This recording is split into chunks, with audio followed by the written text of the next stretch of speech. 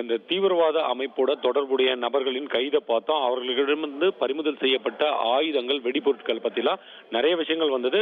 அதை தாண்டி டெல்லியில் அவர்கள் தாக்குதல் நடத்த திட்டமிட்டிருந்ததாகலாம் சொல்லிட்டு இருந்தோம். இந்த நிலையில தான் டெல்லியிலே செங்கோட்டைக்கு அருகிலே, செங்கோட்டை மிகவும் அந்த பாதுகாக்கப்பட்ட பகுதி அப்படின்னு சொல்லுவாங்க இல்லையா, பாதுகாப்பு அதிகம் உள்ள பகுதின்னு சொல்லுவாங்க இல்லையா, அந்த மாதிரியான பகுதிகளில் ஒன்றாதான் நம்ம செங்கோட்டை பார்ப்போம். செங்கோட்டைனாலே அவ்வளவு பிரபலம். அங்க பாதுகாப்பு வளையம் இருக்கிற அந்த இடத்துல கேட் நம்பர் 1க்கு ஒரு 100 மீட்டர் 150 மீட்டருக்குள்ள இந்த விபத்தானது, இந்த வெடிப்பானது நடந்திருக்கிறது. இதுல 8 வாகனங்கள் மொத்தமா சேதனம் அடைந்திருக்கிறது. என்னென்ன வாகனங்களோட லிஸ்ட் கூட நம்மகிட்ட இருக்கு. இந்த முதல் தகவலா என்ன சொல்றாங்க அப்படின்னா, இது வெடிச்சது கார் அப்படின்னு சொன்னோம் இல்லையா, அந்த கார் என்ன வகையான கார் அப்படின்னா மாருதி எக்கோன்னு சொல்லுவோம் இல்லையா, அந்த வேன் டைப்ல இருக்கும், பின்னாடியே ஸ்லைட் டோர். कैसा धमाका देख रहे हैं, कितना गंभीर हो सकता है, कैजुअलिटी से बहुत ज्यादा है, कैजुअलिटी सुरक्षा के नजरिए से कितने हैं उसका आंकड़ा क्या अभी आया है सर?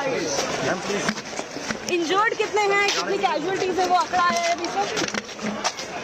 अभी तक क्या हालात हैं यहाँ के? पुलिस के आला अधिकारी अब मौके पर पहुंच रहे हैं, तमाम सवाल। सर फिर भी यहाँ पे कितनी कैजुअलिटीज हैं, क्या सिचुएशन? एक मिनट आप लोग क्या अपडेट है सर? एक मिनट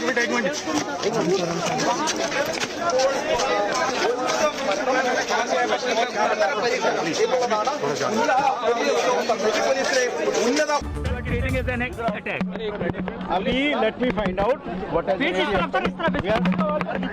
जी सर। अभी आप इस घटना को किस तरीके से ट्रीट कर रहे हैं सर?